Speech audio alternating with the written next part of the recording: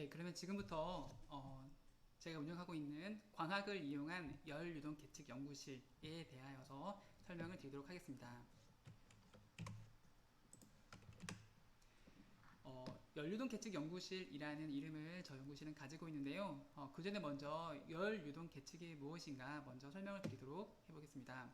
영어로는 우리가 서머 플루이즈라고 합니다. 우리가 서머 플루이즈에 관심이 있는 이유는 왜냐하면 현대에서 사용되고 있는 에너지 시스템 때문에 그렇습니다. 현대에서 사용되는 에너지 시스템의 예를 들자면 화력발전소가 있고 자동차에 들어가는 엔진이라든가 아니면 원자력 발전소에 사용하는 원자로, 그리고 우리가 비행기나 지상용 발전에 사용하는 가스터빈이 될 수가 있습니다.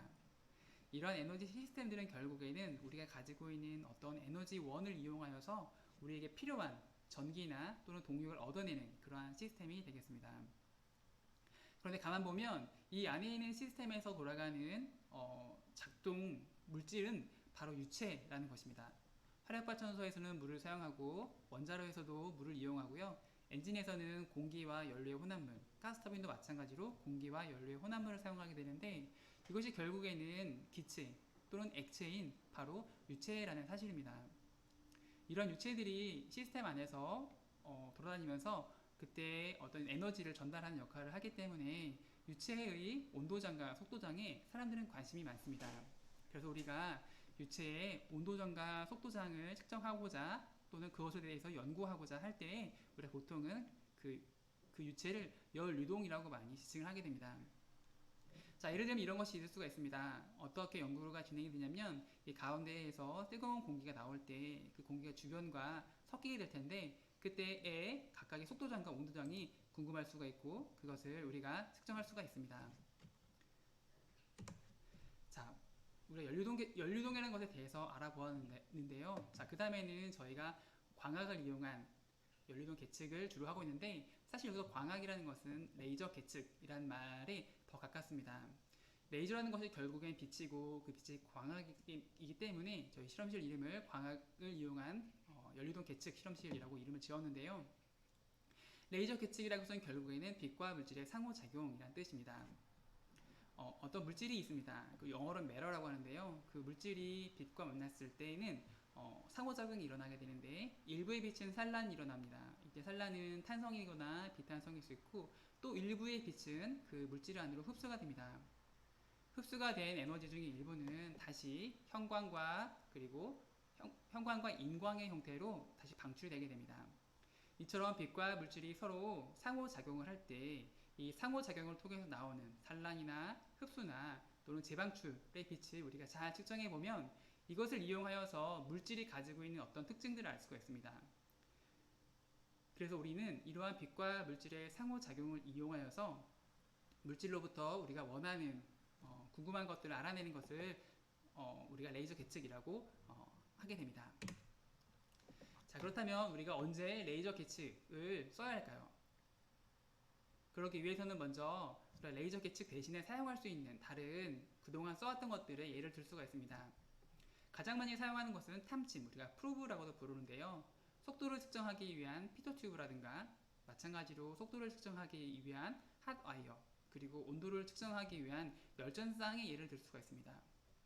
이러한 측정 기구들은 굉장히 측정이 쉽고 또 그 가격이 저렴하고 또 고장이 잘 나지 않고 게다가 굉장히 정확합니다. 이와는 또 별개로 우리가 이미징이라는 방법을 사용할 수가 있습니다. 여러분 그 집에 가스레인지가 있으시죠? 가스레인지가 있으면 그 가스레인지가 연소를 일으킬 때 거기에서 OH라는 물질이 나오게 됩니다. 그 OH라는 물질이 일정한 온도 이상이 되면 빛을 내게 되는데 이것을 우리가 케밀 루미네센스라고 해요.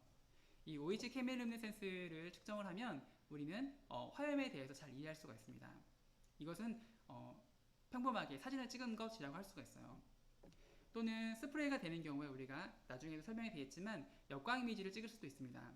이러한 이미징, 즉 사진을 찍는 것을 이용하면 굉장히 간단한 방법으로 매우 선명하고 또 공간적으로 많은 정보를 가지고 있는 이러한 데이터를 획득할 수가 있습니다. 자, 이렇게 쉽게 우리가 많은 데이터를 얻을 수가 있는데 레이저 계측이 필요한 이유는 또는 레이저 계측이 가지는 장점을 설명을 드리면요. 첫 번째로는 높은 시간과 공간 해상도를 들 수가 있습니다. 우리가 레이저가 지속되는 시간은 굉장히 짧습니다. 자, 우리가 10 나노세컨드라고 볼 수가 있는데요. 여기서 나노라고 하는 것은 10의 마이너스 9승이 되겠습니다. 여러분들 그 말씀하시는 0.1초, 그것이 바로 100ms이고, 밀리는 10의 3승입니다. 10의 3승 다음이 10의 6승 마이크로고요. 마이크로 다음에 10의 9승이 나노이기 때문에 이 10 나노세컨드라고 하는 것은 굉장히 짧은 시간이에요. 그렇기 때문에 이 짧은 시간 동안에는 우리는 거의 모든 물체들을 움직이지 않고 정지된 상태로 우리가 볼 수가 있습니다. 게다가 공간적으로도 굉장히 해상도가 높습니다. 또한 우리가 프로브를 사용했을 경우에는 우리가 관찰하고자 하는 현상, 연소가 되었든지 간에 어떠한 열 흐름이 되었든지 간에 그 현상에 대해서 간섭을 일으킬 수밖에 없습니다. 우리가 무언가를 집어넣으니까 그 집어넣은 것에 의해서 속도도 변화되고 또 온도도 변화되게 되겠죠. 하지만 레이저 계측의 경우에는 이러한 프로브를 사용하지 않기 때문에 그 현상에 대한 간섭을 최소화하거나 또는 잘만 한다면 아예 거의 나타나지 않게 할 수도 있습니다. 또 다른 장점으로는 프로브가 1차원이었고 이미징 2차원 측정이 멈췄다면 우리가 레이저 계측의 경우에는 1차원, 2차원, 3차원으로 확장이 가능하고 요즘에는 고속 촬영도 가능하기 때문에 시간을 또 다른 차원으로 생각하여서 4차원 측정이 가능하다고 이야기를 하기도 합니다. 마지막으로 들 수 있는 예는 우리가 여러 변수들의 동시 측정이 가능하다는 점이 되겠습니다. 우리가 레이저 계측을 이용하면 어느 한 현상에서 온도, 속도, 농도와 같은 여러 가지 값들을 동시에 측정할 수가 있기 때문에 이것이 바로 레이저 계측이 가지고 있는 아주 큰 장점 중에 또는 강점 중에 하나라고 하겠습니다. 밑에 나와 있는 예시들은 여러분들이 지금은 잘 이해하기는 어려울 전문적인 측정 기법들이 되겠습니다. PIV와 웨이지 리프를 같이 이용하기도 하고, 그리고 PIV와 필터 랠리 스케이터링을 같이 이용하기도 하고, 또 라만 랠리 스케이터링도 같이 사용하게 되면 우리가 현상으로부터 알고 싶은 많은 정보들을 동시에 측정하는 것이 가능합니다. 그래서 우리가 레이저 계측을 사용하는 것입니다. 그렇다면 이렇게 레이저 계측을 하는 사람들, 저는 레이저 계측하는 사람 중에 한 사람이니까요. 레이저 계측을 우리가 하게 된다면 그 레이저 계측이 이 사회에 미칠 수 있는 어떤 공헌, 그 역할은 무엇일까요? 사실은 레이저 계측뿐만 아니라 모든 실험을 하는 것들, 기초적인 실험을 하는 것들이 역할이 되겠습니다. 우리가 레이저 계측을 이용하면 앞서 말씀드린 것처럼 물체의 속도나 온도나 농도나 밀도 같은 것을 측정할 수가 있습니다. 이러한 것들을 측정하였을 때 장점은 무엇이냐면 우리가 이해하고자 하는 현상, 그 현상들에 대하여서 우리가 이해하고자 한다는 것은 결국에는 그 현상을 어떠한 모델로 치환하겠다는 것입니다. 우리가 어떤 사람을 잘 이해할 수 없을 때 그 사람에 대한 어떤 그 형태들을 우리 마음속에 넣는 것처럼 우리가 잘 알지 못하는 그 현상을 이해하기 위해서 사람들은 어떤 모델을 세우고 싶어 합니다. 그러면 그런 모델을 세울 때 또는 규칙이나 법칙을 찾아낼 때 가장 중요한 것은 관찰입니다. 그 현상을 우리가 잘 관찰함으로써 그 관찰된 것을 통하여서 사람들은 인사이트, 통찰력을 얻게 되고 그 통찰력을 바탕으로 그 현상에 대해서 설명을 할 수가 있기 때문에 가장 기초적인 그 현상을 이해하기 위한 시작점을 준다고 할 수가 있습니다. 다음으로는 우리가 CFD라고 해가지고 컴퓨터를 이용한 전산 유체 해석 같은 경우가 있습니다. 우리가 컴퓨터로 법칙을 세우고 가정하여서 계산하는 것인데요. CFD를 하는 이런 사람들에게 가장 필요한 것은 자신의 코드를 검증할 수 있는 데이터가 되겠습니다. 그래서 우리가 레이저 계측, 실험을 통해서 할 수 있는 역할은 이러한 사람들에게 검증할 수 있는 실제 데이터를 제공한다는 데에 그 의미가 있겠습니다. 자, 여기까지 해서 연료동 계측 연구실, 저희 실험실이 들어가 있는 어떤 큰 분야에 대해서 설명을 드렸습니다. 연료동이라는 것이 무엇이고, 그리고 광학을 이용한 계측 또는 레이저를 이용한 계측이 무엇이고 그것이 왜 필요한지, 뭐가 좋은지에 대해서 설명을 드렸습니다. 이거는 조금 더 전반적인 내용이 되겠고요. 지금부터는 저희 실험실에 대하여서 조금 더 세부적인 내용들을 설명드리려고 합니다. 한마디로 말씀드리자면 저희 실험실이 하는 일은 분무를 이해하고 또 난류 현상을 이해하기 위해서 레이저를 이용한 측정 기법들을 사용하는 것이 저희 실험실에서 하는 일입니다. 여러분, 이 내용들이 조금 어려울 수가 있어가지고 이해하기 힘드실 수도 있는데요. 좀 이해하기 힘드시다면 이렇게 조금씩 이런 게 있구나 하고 넘겨서 들으시면 좋겠고, 관심이 더 있으신 분은 찾아오시면 더 자세하게 설명해 드리고 함께 공부해 나갈 수 있을 것 같습니다. 먼저 분무에 대해서 저희가 하는 일들을 설명을 드리고 그 다음으로는 난류에 대해서 저희가 하는 일들을 설명을 드리겠습니다. 그리고 마지막으로는 저희 실험실에 대한 몇 가지 사항들을 더 설명드리고 그 동영상을 마치도록 하겠습니다. 자, 제일 먼저는 분무에서 저희가 관심 있고 하려고 하는 일에 대하여서 설명을 드리겠습니다. 자, 분무라는 것은 여러분들 영어로는 스프레이라고 하는데요. 스프레이, 분무라고 하는 것은 작은 액적들이 모여있는 것을 우리가 분무라고 합니다. 사람들이 이러한 분무에 관심을 갖고 연구를 하는 이유는 결국에는 이러한 분무가 우리 현재 생활에서 그리고 우리 현재 산업에서 많이 사용되기 때문입니다. 몇 가지 예만 들어본다면 제일 먼저는 분무 연소를 들 수가 있습니다. 우리가 하늘을 날아다니는 가스터빈의 경우에는 부피가 굉장히 큰 기체 연료를 가지고 다닐 수가 없기 때문에 액체 연료를 가지고 다니게 됩니다. 이 액체 연료가 연소가 되려면 먼저 작은 액적들로 쪼개지고 작은 액적들로 쪼개진 그 물방울들이 그 연료 방울들이 기체로 증발한 다음에 그 기체로 증발된 연료가 산소와 함께 만남으로써 연소가 일어나게 됩니다. 그래서 연소에서는 목표가 무엇이냐면 이 연료, 액체 덩어리를 작은 액적들로 쪼개는 것이 목표가 되겠습니다. 그래서 분무를 사용하게 되는데요. 마찬가지로 여러분들이 매일매일 타시는 자동차에 들어가는 디젤 엔진이나 또는 가솔린 엔진에서도 다음과 같이 이런 분무가 이루어지게 됩니다. 그리고 분무 냉각에도 사용이 됩니다. 우리가 액체를 사용하여서 뜨거운 것들을 쉽게 냉각할 수가 있기 때문에 분무 냉각이 제철소라든가 다양한 곳에서 사용이 되고 있고요. 그리고 농약을 살포하길 때에도 우리가 분무가 중요하고 어떻게 분무를 해야지 더 잘 농약을 살포할 수 있는지에 대한 연구들이 이루어지고 있습니다. 다음으로는 스크러버라고 해가지고 공장에서 유독한 가스들이 나올 때 이렇게 액체를 분사해서 유독한 가스를 제거하는 것이 있습니다. 그때에도 효과적으로 이러한 목표들을 이루기 위하여서 분무에 대한 연구가 중요하고요. 그리고 약을 우리가 코를 통하여서 폐속까지 집어넣을 때에도 액적의 형태가 중요하기 때문에 이때에도 분무가 중요하게 사용이 되고 있고 또 연구가 되고 있습니다. 그렇다면 분무를 우리가 공부한다는 것은 무엇을 의미할까요? 제가 이전에 말씀드린 것처럼 분무라는 것은 결국에는 작은 액적들이고 우리가 원하는 것은 어떤 액체 덩어리, 액체 뭉치 이런 밀도나 점도나 표면장을 가지고 있는 이 액체 뭉치들을 우리가 어떤 힘을 주어서 이런 작은 액적들로 만들어주는 것입니다. 그래서 우리의 관심은 무엇이냐면 어떻게 이렇게 액체 뭉치가 이런 작은 액적들로 무너지는지 그 힘들이 어떻게 작용하는지 그것을 설명하고 싶어 합니다.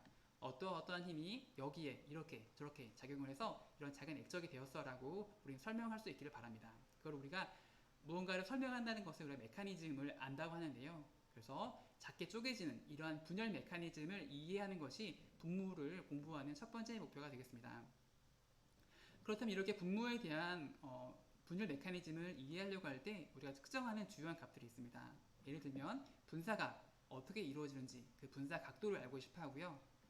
어디까지 액체막을 이루고 있다가 어디에서 작은 액사들로 쪼개지는지에 대한 분열 길이라든가 분열이 일어날 때 어떠한 형태로 일어나는지 자기가 스스로 쪼개지는 것인지 아니면 공기와의 마찰에 의해서 쪼개지는 것인지에 대한 관심이 있고 무엇보다 가장 큰 관심 중에 하나는 이렇게 쪼개진 작은 액체 방울들의 크기가 얼마나 큰지에 대해서 사람들은 관심이 있고 그래서 이것을 측정하고 싶어 합니다.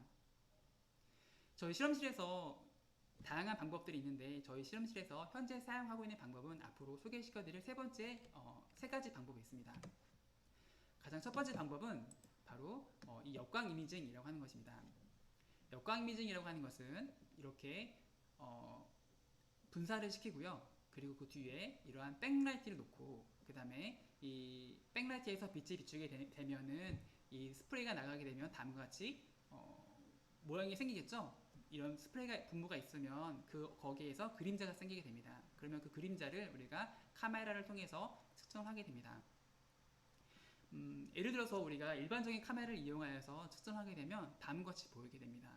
이렇게 되면 여기에서 우리가 그 많은 정보들을 얻어내기 힘든데요. 역광 이미징을 통하여서 조금 더 신경을 써서 사진을 찍게 되면 조금 더 많은 정보를 가지고 있는 이러한 이미지를 얻을 수가 있습니다. 이 이미지 같은 경우에는 그 압력을 우리가 증가시키다 보면은 다음과 같이 그 분무의 형태가 변하게 되고요. 이때의 상태와 이때의 상태는 사실 동일한 분무의 상태인데 우리가 어떻게 촬영하느냐에 따라서 더 좋은 정보를 얻을 수가 있습니다. 자, 이것이 첫 번째 저희가 사용하고 있는 어떤 연구 방법이고요. 두 번째 사용하는 방법은 광학 패터네이터라는 것입니다. 광학 패터네이터는 다음과 같은 실험 방법으로 꾸미게 됩니다. 제일 먼저 레이저를 사용해요. 현재 저희 실험실에 있는 레이저는 연속 레이저와 그리고 펄스 레이저라고 해서 순간적으로 나오는 레이저들이 있습니다. 다음과 같은 장치들을 이용하여서 이 레이저에서는 녹색빛이 나오는데요. 우리가 이제 파장으로 따지면 532 나노미터의 빛이 나오게 됩니다. 그 레이저가 나와서 스프레이를 지나가게 되고요. 그러면 이 스프레이에서는 산란 신호와 형광 신호가 나오게 됩니다. 그러면 카메라 앞에다가 형광 필터를 두어서 산란 신호는 제거해지고 우리가 이 형광 신호만 받아들이게 되면 다음과 같은 그림을 얻을 수가 있습니다. 이러한 작업을 하는 이유는 무엇이냐면, 자, 이 사진은 우리가 그 전에 보았던 그 역광 이미지를 평균낸 것입니다. 되게 많은 사진을 찍고 여러 장의 사진 100장이나 300장이나 500장이나 이만큼의 사진들을 평균을 내게 되면 다음과 같이 보이게 됩니다. 자, 이 그림은 우리에게 무엇을 말하고 있냐면 어떤 형태라든가 분사각이 얼마나 되는지를 말해주고 있지만 우리가 궁금한 것은 과연 이 안에는 비어있을까 비어있지 않을까 합니다. 사실 이 분무 같은 경우에는 꽃갈콘 모양을 하고 있는데요. 이 안쪽에 얼마나 많은 액적들이 차 있는지를 알 수 있는 방법이 없습니다. 그런 경우에는 우리가 이 단면적으로 레이저를 넣어주어서 레이저를 지나가고 그 레이저를 지나갈 때 있던 액적들만 형광신호를 줌으로써 우리가 안에는 액적들이 존재하지 않고 이렇게 막으로만 존재한다는 것을 알 수가 있습니다. 자, 이것이 두 번째 방법이었고요. 다음으로는 세 번째 방법이 되겠습니다. 세 번째 방법은 아까와 비슷한 셋업인데요. 거기에 몇 가지를 더 추가하였습니다. 눈이 예리하신 분들은 금방 아셨을 텐데요. 레이저와 스프레이와 그리고 카메라와 이 필터는 동일하겠지만 다른 것이 있다면 바로 이 빔 스플리터와 그리고 또 추가적으로는 필터와 카메라 세트가 되겠습니다. 아까 말씀드린 것처럼 우리가 레이저를 보내게 되면 여기에서는 산란 신호와 형광 신호가 나오게 되는데요. 이때 특수한 거울을 사용하게 되면 산란 신호는 통과시키고 형광 신호만 반사시킬 수 있습니다. 그 이유는 우리가 이 두 가지가 빛의 파장, 즉 빛의 색깔이 다르기 때문입니다. 예를 들면 산란 신호는 녹색이고 형광 신호는 붉은색으로 나오기 때문에 녹색은 통과시키고 붉은색은 반사시키는 특수한 거울이 있습니다. 그것을 이용하여서 우리가 산란 신호와 형광 신호를 분리한 이후에 그 두 가지의 이미지를 각각의 카메라에 촬영을 합니다. 그러면 우리가 여기에서 같은 화면에 대하여서 산란 이미지와 형광 이미지를 얻을 수가 있어요. 그러면 이것이 갖는 의미는 무엇이냐면, 자, 다음과 같은 의미가 있습니다. 예를 들어서 이렇게 액적들이 있을 때 외부에서 빛이 오게 되면 이 안에 있는 액적들은 이 빛을 일부는 산란시키고 일부는 흡수하고 일부는 흡수된 빛의 일부는 다시 형광신호로 내어놓게 됩니다.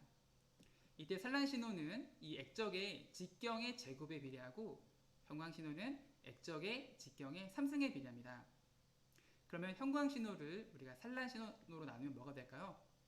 바로 D가 되겠죠. 이처럼 여기서 GF라는 것은 우리가 형광신호를 말하고 GS라는 것은 산란신호를 말합니다. 여기서 GF는 결국 여기에서 찍은 이미지가 되겠고요. GS는 이 카메라를 통해서 찍은 이미지가 되겠습니다. 그 두 개의 이미지를 나눠주면 그것이 결국에는 직경의 여기 D3이라는 것은 사우터민 다이아미터라고 해가지고 결국엔 직경을 말하거든요. 직경에 비례하기 때문에 이 두 이미지를 나눠줌으로써 직경을 구할 수가 있는 것입니다. 자, 다음으로 여기에 보이는 결과는 제가 한 것은 아니고요. 그 다른 선행 연구에서 제가 가져온 그림인데요. 여기서는 디젤 분사기를 통하여서 액적을 분사하였고 형광신호와 그리고 산란신호를 나누어 줌으로써 우리가 다음과 같이 액적의 크기에 대한 어떤 예측을 해볼 수가 있는 그림이 되겠습니다. 그리고 이 사진은 조금 부족하지만 제가 직접 지금 하고 있는 사진이 되겠습니다. 산란신호, 형광신호 그 두 개 나눠주면 형광과 산란 나누는 신호가 되겠고요. 그 다음 이거를 통해서 우리가 그 액적의 직경이 얼마나 되는지 대략적으로 예측할 수가 있습니다. 아직은 그 연구가 진행되고 있기 때문에 좀 완벽하지 않지만 차차 더 좋아질 것이라 생각이 듭니다. 자, 여러분 어떠셨습니까? 좀 이해하기가 좀 쉬우셨나요? 좀 어려우실 수도 있겠죠. 그래서 이 다음 장부터는 조금 단순하게 설명을 드릴게요. 사실 우리가 난류라는 것은 굉장히 어렵습니다. 난류는 굉장히 어려운데 앞으로 드릴 설명 결국은 무엇이냐면 우리가 레이저 계측을 이용하여서 어떻게 온도와 속도를 측정할 수 있을까라는 내용 정도가 되겠습니다. 자, 난류가 중요한 이유는 무엇이냐면 이 난류를 통해서 열 전달도 훨씬 잘 되고, 그리고 운동량 전달도 훨씬 잘 되고, 그리고 질량의 전달도 훨씬 더 잘 되기 때문에 난류를 이해하는 게 중요하고, 난류를 이해하기 위해서 여러분들 지금은 잘 이해되지 않으시겠지만 우리가 속도와 온도를 동시에 측정할 필요가 있습니다. 자, 뭐라고 했다고요? 속도와 온도를 동시에 측정할 필요가 있습니다. 자, 속도를 측정하기 위해서는 우리가 입자, 영상, 연료속계, 영어로는 PIV라고 많이 알려져 있는데요. 여러분들 혹시 한 번쯤 들어보실지 모르겠습니다. PIV를 하기 위해서는 우리가 유동에다가 가루를 섞어줍니다. 마이크로미터 사이즈 아주 작은 가루 섞어주면 그 가루가 유체와를 따라가게 되고요. 마치 우리 그 방청소할 때 먼지가 공기를 따라가는 것처럼 말이죠. 그 다음에는 우리가 레이저로 얘를 비춰줍니다. 여기 가루들이 있는 거고요. 레이저가 지나가서 이 가루들이 보이는 거예요. 그러면 이 사진을 한 번 찍고 또 한 번 찍습니다. 여러분, 이 파티클의 움직임이 느껴지시나요? 한 번 찍고 또 한 번 찍고. 자, 그러면 어떻게 되냐면 우리가 이 그림을 일정 구간으로 나누고, 그리고 크로스 코릴레이션이라는 어떤 수학적인 방법을 이용하면 이 네모 안에 있는 가루들이 평균적으로 얼마나 많이 움직였는지 그 거리를 알 수가 있습니다. 그러면 우리가 빛을 보내준 시간 간격을 알고 있기 때문에 이 거리를 시간으로 나눠주면 다음과 같이 속도장을 구할 수가 있게 됩니다. 이렇게 해서 우리가 레이저를 이용하여서 속도를 구할 수가 있어요. 자, 다음으로 온도는 어떻게 구할까요? 온도는 우리가 인광입자라는 것을 이용해서 구해요. 인광입자는 무엇일까요? 인광입자는 여러분 형광등 아시죠? 형광등 안에는 기체가 차 있습니다. 그 기체 안에 전기를 연결해주면 그 기체가 에너지를 흡수하여서 자외선을 내놔요. 하지만 여러분 아시는 것처럼 자외선은 우리 눈에 보이지 않죠? 그 말은 전등을 켜도 아무것도 보이지 않을 거라는 거예요. 하지만 이 표면에다가 이 인광입자를 발라놓게 되면 이 인광입자가 그 자외선을 흡수하여서 우리 눈에 보이는 가시광선을 내어놓습니다.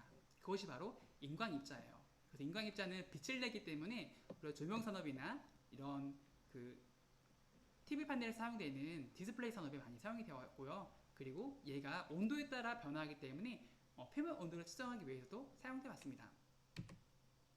인광입자가 온도에 따라 변하는 것은 크게 수명시간이라고 하는 라이프타임이라는 것과, 그리고 색깔이라고 하는 인텐시티 레이쇼라는 방법을 사용하는데요. 거기에 대한 자세한 설명은 생략하고, 혹시 관심이 있으신 분은 이 그림을 보신 다음에 더 자세한 이야기는 만나서 하면 좋겠습니다.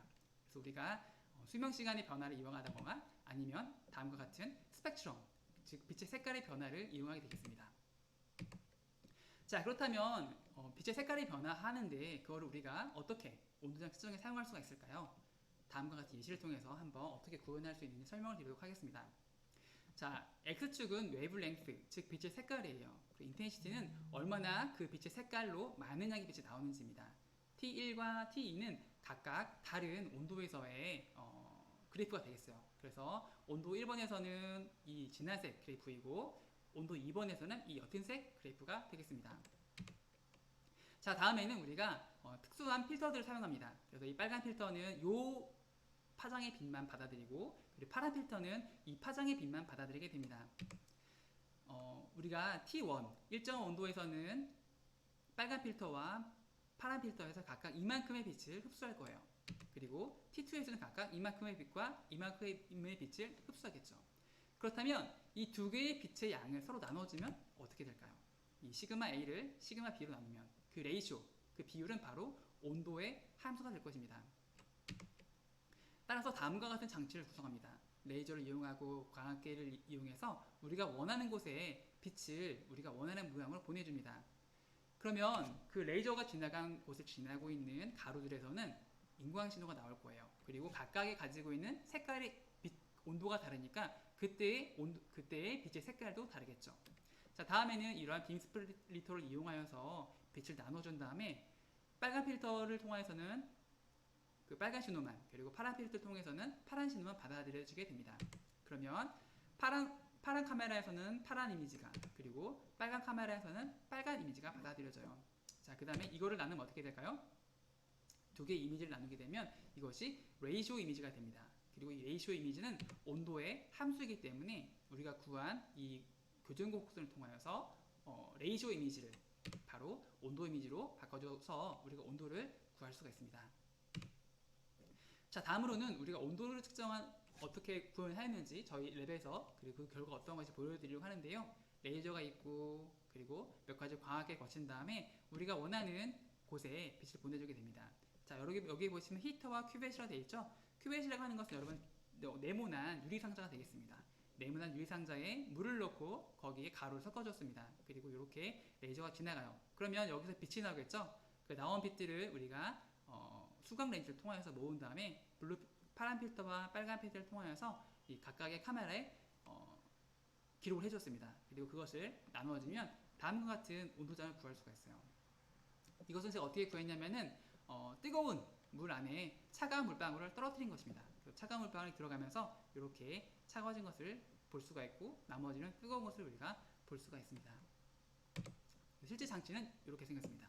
레이저를 통하여서 거울을 통하여서 오게 되고 여기 보시면 잘 안 보이는데 이게 조그만 히터이고요. 이 히터 위에 큐벳이 있고 큐벳에서 나온 빛이 수광 렌즈를 통하여서 빈스플릿을 거친 이후에 필터를 통하여서 각각의 카메라에 기록이 되고 기록된 이미지들은 컴퓨터로 보내져서 컴퓨터 수치를 통하여서 우리가 온도를 구할 수가 있습니다. 자, 여러분 긴 설명 들으셨죠? 자, 다음으로는 간단한 저희 그 실험실 이야기를 해드리겠습니다. 저희 실험실은 제가 있고요. 저는 주요 연구 분야는 지금 말씀드린 것처럼 레이저를 이용한 연료동 계측이 제 주요 연구 분야고요. 분무와 난로에 관심을 가지고 그쪽에 계속 연구를 확장해 나가려고 하고 있습니다. 제가 가르치는 과목은 공학설계 인문 1학년 과목이 있고요. 공학수학 1, 그래서 2학년 1학기 과목과 연력학 1, 2 각각 2학년 2학기와 3학년 1학기 과목이 있습니다. 그 다음에 열전달은 3학년 2학기 과목이고요. 스마트 공장 캡스톤 디자인은 4학년 1학기 과목이 되겠습니다. 저와 함께 그 연구를 하는 우리 학생들이 있습니다. 올해 2월에 졸업한 학생이 한 명 있고요. 그리고 현재 같이 하면서 내년에 졸업을 하려고 하는 학생이 있습니다. 학부 4학년에 2명이 있고요. 학부 3학년에 1명의 학생이 함께 하고 있습니다. 저희는 이런 장비를 가지고 있고요. 그리고 아까 전에 보셨던 그런 그 스프레이는 다음과 같은 장치를 통하여서 만들었어요. 여러분 보시면 여기 물탱크가 있죠? 그럼 여기 안에 물을 넣어놔요. 그러면 이 물이 여기 차 있을 텐데 이것은 바로 펌프입니다. 여러분 펌프 보신 적 있나요? 이 펌프 안에는 바람개비가 있어가지고 이 바람개비가 돌게 되면 물을 빨아들이게 됩니다. 빨아들인 물이 압력이 올라가면서 이쪽을 통해 지나가게 되고요. 그럼 이 물이 히터 안으로 들어가요. 그럼 히터 안에서는 우리가 원하는 온도만큼 온도를 올려주게 되고 히터에서 나온 녀석이 유량계를 거치면서 현재 얼마나 많은 유량이 흘러가고 있는지를 측정할 수가 있습니다. 그러면 이 물은 어디로 가냐면 바로 이 관을 통하여서 분사기로 가요. 그럼 분사기를 통하여서 분무가 형성이 되고 이때의 압력을 우리가 압력계를 이용해 측정하게 됩니다. 그리고 압력계에서 나오는 신호와 유량계에서 나오는 신호는 DAQ를 통하여서 컴퓨터로 보내지게 됩니다. 분사될 때 우리가 액적이 너무 많이 실험실 날리면 좋지가 않기 때문에 여기 조그만한 환풍기가 있어가지고 바람개비를 돌려서 바람을 밖으로 빼주면서 액적이 너무 날리지 않게 해주고 그 녀석이 다시 실험실 밖으로 나가고 있습니다. 남은 물들은 이 바닥에 쌓이게 되고요. 그 물들을 다시 빨아들여가지고 보내서 모터를 통하여서 다시 물탱크에 넣어주어서 순환을 시키고 있습니다. 자, 이렇게 해서 저희 실험실 구성원과 그리고 장비에 대해 설명을 드렸습니다. 그럼 저희 실험실에 오시면 어떤 혜택이 있느냐? 첫 번째 혜택은 개인 책상과 공부 공간을 드립니다. 여기 보시는 것처럼 책상과 공부 공간이 있고요. 저희 실험실은 굉장히 나름 쾌적한 환경을 만들려고 하고 있습니다. 그 다음에 우리가 이제 컬러 프린터와 그리고 흑백 프린터 그리고 공용 컴퓨터를 사용할 수 있는 특징이 있고요. 그리고 필요하시면 이렇게 공구를 이용하여서 무언가를 만드실 수도 있을 것 같습니다. 자, 진호 교수, 저랑 긴밀한 관계를 유지할 수가 있습니다. 좋을지 나쁠지는 모르겠지만 저랑 친하게 지내실 수가 있고요. 그 다음에 랩 선후배 간에도 활발한 토론과 배움을 누리실 수가 있습니다. 자, 그래서 저희는 어떤 마음으로 함께하고 있냐면 이런 것들 생각합니다. 결국 남는 게 뭘까? 효율적으로 생산적으로 일하자. 한번 사는 인생이니까 무겁게 진지하게 살아보자.